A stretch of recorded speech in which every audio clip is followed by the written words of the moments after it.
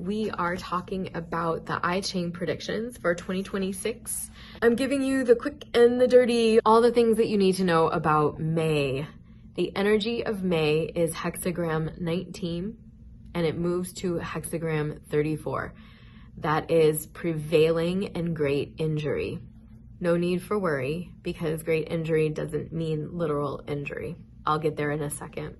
So, last month was April, and we had great excess. April's great excess was about learning and seeing where you are not in alignment, where your foundations in all of the different aspects from career to family, relationships, community, etc., not in alignment, where there were faulty foundations, and then either stepping away or finding a way to fix them. Basically though, to be honest, April's was about stepping away fully because there was no way to fix these particular issues.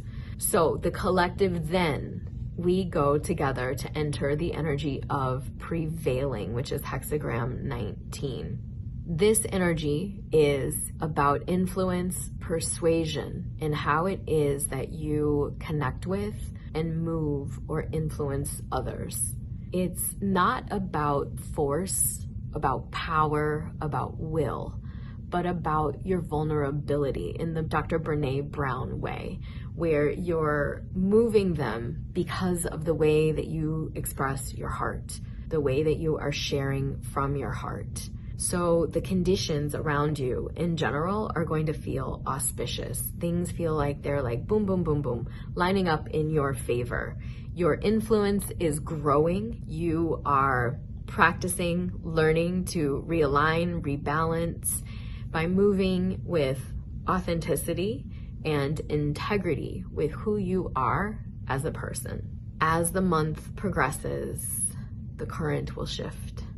Midway through May, prevailing will change to great injury, and the energy is sharpening. Danger appears.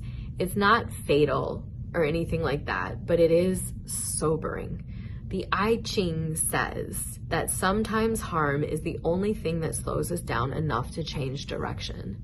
So it again doesn't mean that anything is going to happen to you. And of course, the only example I can think off the top of my head is something where something happened to somebody. An example of this may be that you're pushing too hard, you're going too much, and you push, and then you're doing an activity, not paying attention to how you're walking, on the phone, and you break your ankle, or you sprain your ankle, or something like that, and it slows you down. You literally cannot do things at the same pace and in the same rate that you were doing them before.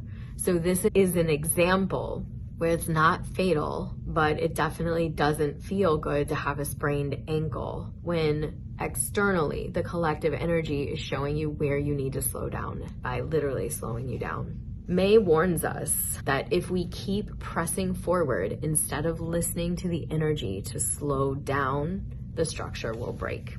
We will have issues.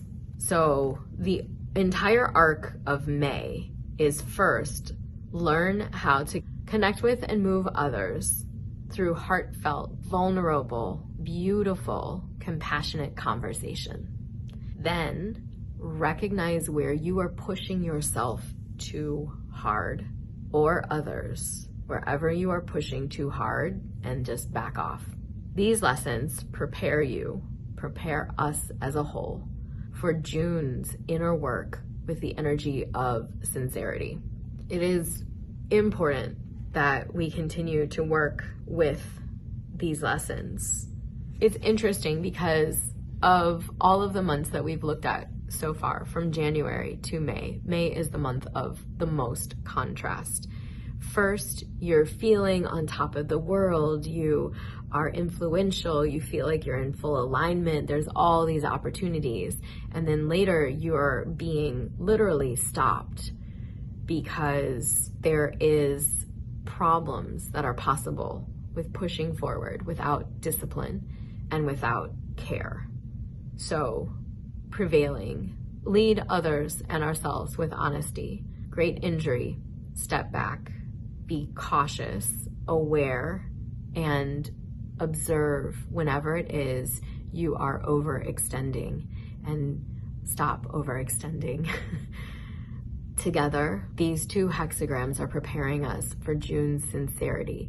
And you're gonna know that the energy has changed to June sincerity because you will keep having interactions where you must practice being honest and tactful in your conversations around how you see and interpret the world. It's gonna feel like you're saying something and people misunderstand every single thing you say. And so you're going to really need to stop and consider where they are coming from and how you can alter your statements so that they're still true to the core of who you are, but they're said in a way that is accessible to whoever you're talking to.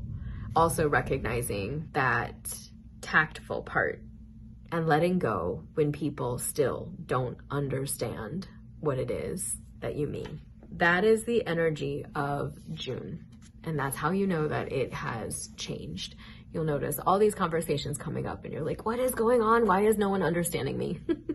All right, but actually yay, because it's another opportunity to clarify thought and intention. I am so excited to see you for June's mini summary in the next video. Thank you for watching Sanctum with Eve.